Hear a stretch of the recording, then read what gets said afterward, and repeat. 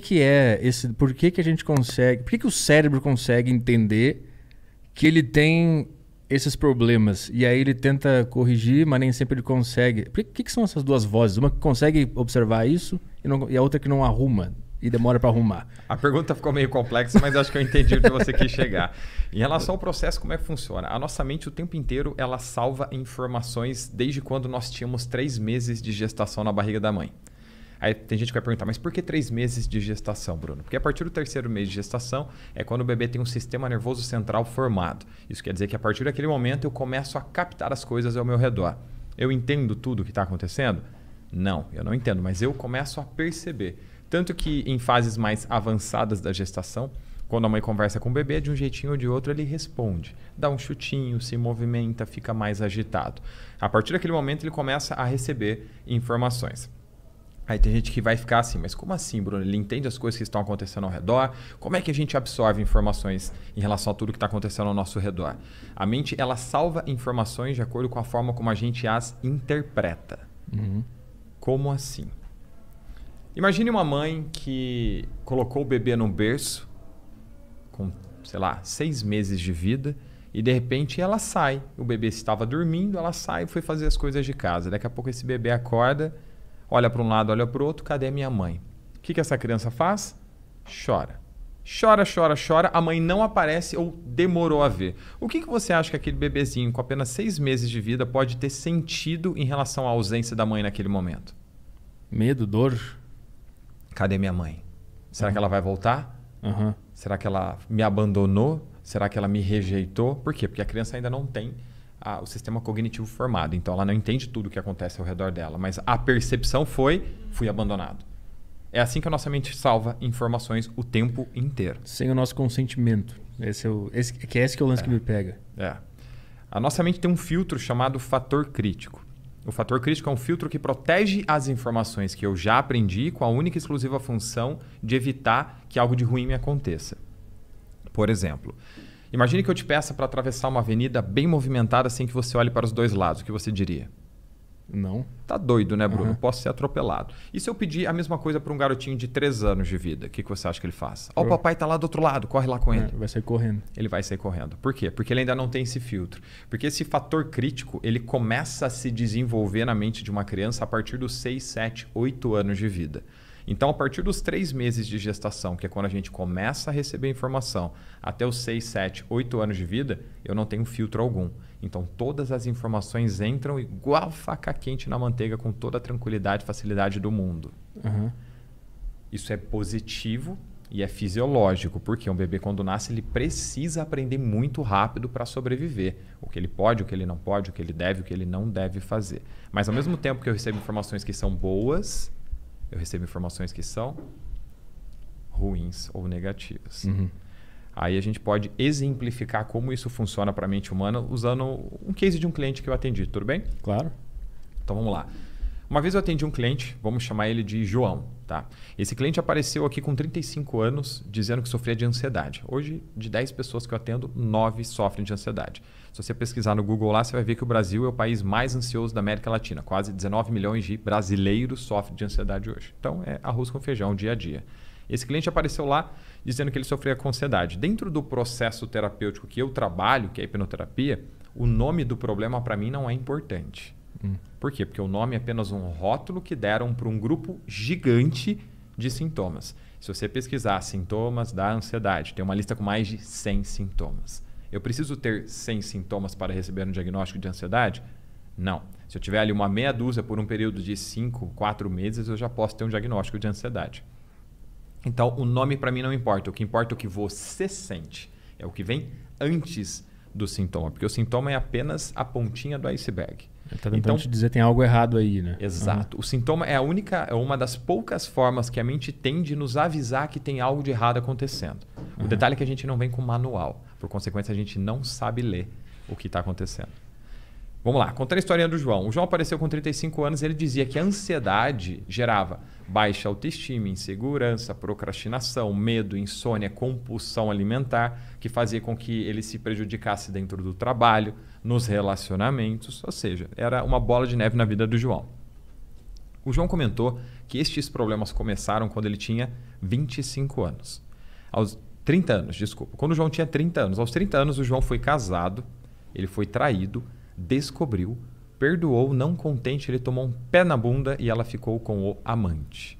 A partir daquele momento, o João começou a ter crises de ansiedade. Aí eu te pergunto, foi a traição e o pé na bunda que desencadearam a ansiedade do João? Sim ou não? Você acha que foi a causa do problema dele, sim ou não? Acho que não, acho que foi como ele interpretou aquela situação. Perfeito. Como ele absorveu aquilo, né? Um gatilho. Foi um gatilho. Dentro do processo terapêutico, o João trouxe várias informações muito legais, muito importantes. Quando o João tinha 25 anos, o João foi noivo. E um dia sem mais nem menos, a noiva dele terminou com ele. Dias depois, ele descobriu que ela estava com outro. Quando o João tinha 15 anos, ele namorou uma mocinha e um dia numa festa, ela foi ao banheiro e demorou para voltar. O João foi procurá-la, procurou. De repente, ele encontra a namoradinha no fundo da festa, no escurinho, dando os beijinhos em outro. Quando o João tinha 7 anos, ele gostava de uma menininha na escola. E um dia ele decidiu dizer para ela isso. Quando o João se declarou, ela disse que gostava do melhor amigo dele. Quando o João tinha 3 anos de vida, o João estava no colo da mãe, dormiu, a mãe botou ele no carrinho de bebê e saiu. O João acordou, procurou a mãe, não viu, chorou, a mãe não apareceu ou demorou a ver. Quando o João tinha 6 meses de vida, estava no colo da mãe, mais uma vez dormiu, a mãe colocou ele no berço, saiu, o João acordou, procurou a mãe, não viu, chorou, a mãe não apareceu ou demorou a ver. Todas essas informações o João me trouxe dentro do processo terapêutico. Aí o que começa a ficar interessante? Aos 6 meses de vida foi a primeira vez que o João teve acesso a uma emoção negativa associada a abandono e rejeição. Aí tem gente que vai dizer, Bruno, mas ele não foi abandonado. Ele não foi. Mas ele era um bebê de 6 meses. Ele sabia disso? Quando ele acordou sem a mãe no berço? Sabia sim ou não? Não, sabia. Não sabia. Bruno, mas a mãe dele apareceu depois, pegou ele no colo, deu amor, deu carinho, fez o Joãozinho parar de chorar. Sim, mas o João já sentiu. A partir do momento que eu tenho acesso a uma emoção pela primeira vez, eu nunca mais preciso vivenciá-la de novo para saber como é, porque a minha mente salva. Tanto que se eu te perguntar, você precisa ficar triste para saber como é estar triste? Não. Precisa ficar feliz, com raiva ou qualquer outra emoção? Não, porque você teve uma primeira vez que você teve acesso àquela emoção, a tua mente salva. Então você não precisa mais reproduzir. Como é que funciona o processo do João em relação à ansiedade? Vamos contar a história do João de uma forma um pouquinho diferente, tá? Vamos lá. O João, aos 25 anos, teve aquela situação do noivado dele, no qual ele se sentiu abandonado e rejeitado. Vamos começar dos 6 meses de vida. Aos 6 meses de vida, o João teve acesso a uma emoção de abandono e rejeição. Aquela informação entra e fica salva na mente dele. Aos 3 anos de vida, mais uma vez, ele reforça aquela emoção. Aquela informação entra, mais uma vez fica salva. Aos 7 anos de vida, antes, muitas mães vão ficar preocupadas, né? Mas espera aí, então quer dizer que eu não posso deixar o meu filho 1 minuto sozinho no berço, que eu posso fazer com que ele se sinta abandonado e isso gere um problema para a vida dele? Não. Todas as emoções que hoje a gente conhece, em algum momento da vida a gente teve acesso a elas e a gente sentiu. Tem uma primeira vez que a gente se sentiu abandonado, rejeitado, bravo, triste, feliz, etc. na infância. Então não gera um problema, é apenas uma emoção aprendida. Aos 6 meses o João teve acesso a essa emoção, aos 3 anos ele reforçou, aos 7 anos mais uma vez ele tem acesso àquela emoção pela menininha da escola que ele gostava. Porém, aos 7 anos é quando o João começa a ter aquele filtro chamado fator crítico, que protege as informações que eu já conheço. O fator crítico, fazendo uma analogia, é como se fosse o porteiro da mente. Ele que define quem vai ficar do lado de fora e quem vai entrar de acordo com aquilo que eu já conheço. Ele sabe quem mora e quem não mora ali. Exato. Quando aquela informação chega no fator crítico, ele já está trabalhando. Só um minutinho, peraí. Abandono e rejeição, deixa eu ver se eu te conheço. Confere do lado de dentro. Já não tinha tido acesso 2 vezes? Conheço, abandono e rejeição, pode entrar. Seja bem-vindo, a informação é aceita. 15 anos de vida, abandono e rejeição, conheço, entra. 25, opa, entra. 30, entra. Aos 30 anos, imagina um copo. O do João estava cheio até a tampa. Quando ele teve aquela traição e aquele abandono no casamento aos 30 anos, o copo dele transbordou. Quando transbordou, foi a famosa gota d'água, surgindo um sintoma. Como é que funciona? É como se a mente do João dissesse, João, chega, cara. Você já foi muito abandonado, já foi muito rejeitado. A partir de agora eu vou cuidar de você. A partir de agora eu vou assumir o controle da sua vida. Prazer? Ansiedade, depressão, pânico, fobia, compulsão, qualquer que seja o nome do problema, sintoma ou comportamento sabotador. É a mente tentando mudar aquilo, é isso? A mente, após a repetição, cara, tem que gesticular, né? Se me segura, parece que eu não consigo falar. Não, vai.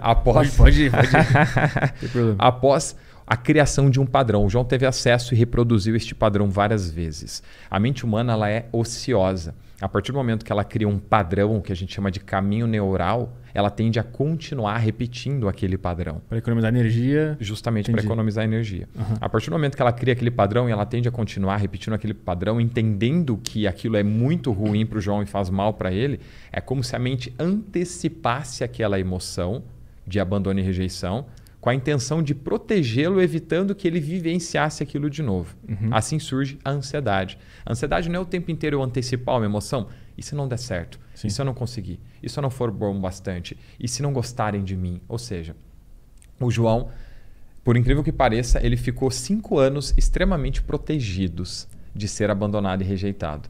Qual a única probabilidade de eu não ser abandonado? Não estando num relacionamento. Uhum. Ou seja, o João até conheceu algumas pessoas, mas sempre quando ele começava a se relacionar com essas pessoas, a mente dele começava a antecipar aquela emoção de eu vou ser abandonado, eu vou ser rejeitado. Essa mulher é muito areia para o meu caminhãozinho, ela é muito bonita para mim, ela não vai ficar comigo. E ele começava a sabotar os relacionamentos. Uhum. Então foram 5 anos extremamente protegidos. É muito interessante como o fator crítico funciona, porque uma pessoa que é ansiosa, deprimida, se você chega nela e fala assim, poxa, cara, você é um cara novo, você é um cara bonitão, você tem uma vida inteira pela frente, você não pode ficar desse jeito se lamentando por tudo aquilo que aconteceu com você. Você tem mais é que ser feliz. Fica pior, né? Adianta falar isso para a pessoa? Ele fica mais ansioso ainda. Né? Fica. Ele percebe que ele pensa que está perdendo alguma coisa, que ele podia estar fazendo e não está fazendo. Caramba, parece que eu tô assim porque eu quero. Quando esse você precisa ser feliz chega no fator crítico, é como se o fator crítico, o porteiro da mente, dissesse assim, peraí, feliz? Quando o João era feliz, ele era abandonado e rejeitado a vida inteira. Agora que o João está ansioso, deprimido, se sentindo o cocô do cavalo do bandido, o João está protegido. A informação é rejeitada. Por isso que eu digo, adianta falar sobre o problema? Adianta falar do problema? Adianta falar o oposto do problema? Não. Mas o que quando a gente fala assim, a mente faz isso, a mente faz aquilo, ela é programada para fazer isso e significar esses sentimentos de determinadas maneiras, por quê? Que é? É um órgão que tem uma vida própria ou tem uma configuração inicial? Como é que faz para o cara ser abandonado quando bebê? Não ser abandonado, mas vivenciar essa experiência da mãe sair um pouco e ele ficar um pouco no berço ali. Como é que ele faz para ele viver isso e não ficar traumatizado? Não sempre atrelar um trauma, uma situação ruim a um sentimento horrível que vai ficar com ele para sempre, entendeu? Como é que faz para isso não acontecer? Não tem como, porque a nossa mente o tempo inteiro ela está interpretando tudo aquilo que acontece. É o que diferencia um ser humano de uma zebra, por exemplo. É o que faz com que... Vamos lá, vamos exemplificar de forma bem didática. Você já viu uma zebra, não digo uma zebra num zoológico, uma zebra na savana, depressiva? Não, né? Você não vai ver uma zebra reclamando da vida, né? Triste, cabisbaixa, tristinha, assim, remoendo o passado, né? Que vida porcaria é essa aqui na savana, né? Esse quente, esses mosquitos aqui. Você não vai ver. Uma zebra tá lá, vivendo a vidinha dela numa boa, pastando. A não ser que você tire ela do ambiente dela, claro, aquilo vai gerar um problema. Mas vamos exemplificar. Qual que é a diferença entre o ser humano e uma zebra que biologicamente nós somos iguais, biologicamente, né? O ser humano e uma zebra. O que diferencia? O que faz com que o ser humano adoeça e uma zebra não? O ser humano interpreta. Imagina a seguinte historinha. Imagina ter uma zebrinha lá na savana pastando. De repente a zebrinha sente o cheiro do leão. Opa, perigo, corre. A zebra sai correndo. E o leão correndo atrás dela. De repente o leão dá uma beliscadinha na bunda dela, tropeça, cai, sai rolando e ela consegue escapar dele. O que acontece? Quando a zebra percebe que ela está fora de perigo, o que ela vai fazer como todo animal? Vai lamber a ferida e vida que segue. Volta a pastar. Como seria uma zebra interpretando tudo aquilo que aconteceu igual um ser humano? Porque aquele leão maldoso, olha o que ele fez comigo, o que vai ser da minha vida agora? Eu vou ficar com uma cicatriz gigante na minha bunda, a zebra macho, não vai gostar de mim mais? O que as outras zebras vão falar de mim agora? Vai acabar com a minha vida, com a minha aparência? Ou seja, esse é o ser humano. Por isso que a gente fica doente, porque a gente interpreta as coisas que acontecem. E a gente faz isso o tempo inteiro, não é só quando a gente é pequeno, é quando a gente é adulto. Por exemplo, eu vou fazer isso aqui e eu quero que você me diga o que você viu, ok? O que aconteceu? Tampinha caiu na tua mão. Jogou. Ok. Joguei a tampinha caiu na minha mão. Essa foi a sua interpretação. Alguém pode ver e pode falar, ele soltou. Uma outra pessoa, ela escapou da mão dele. A outra pessoa, ele jogou a tampinha. Uhum. Isso são interpretações. Qual foi o fato? Saiu de uma mão e foi para outra. Este é o fato. Entende? O ser humano, ele interpreta, ele dá aquilo que ele pensa, aquilo que ele sente em relação a tudo aquilo que ele está vendo.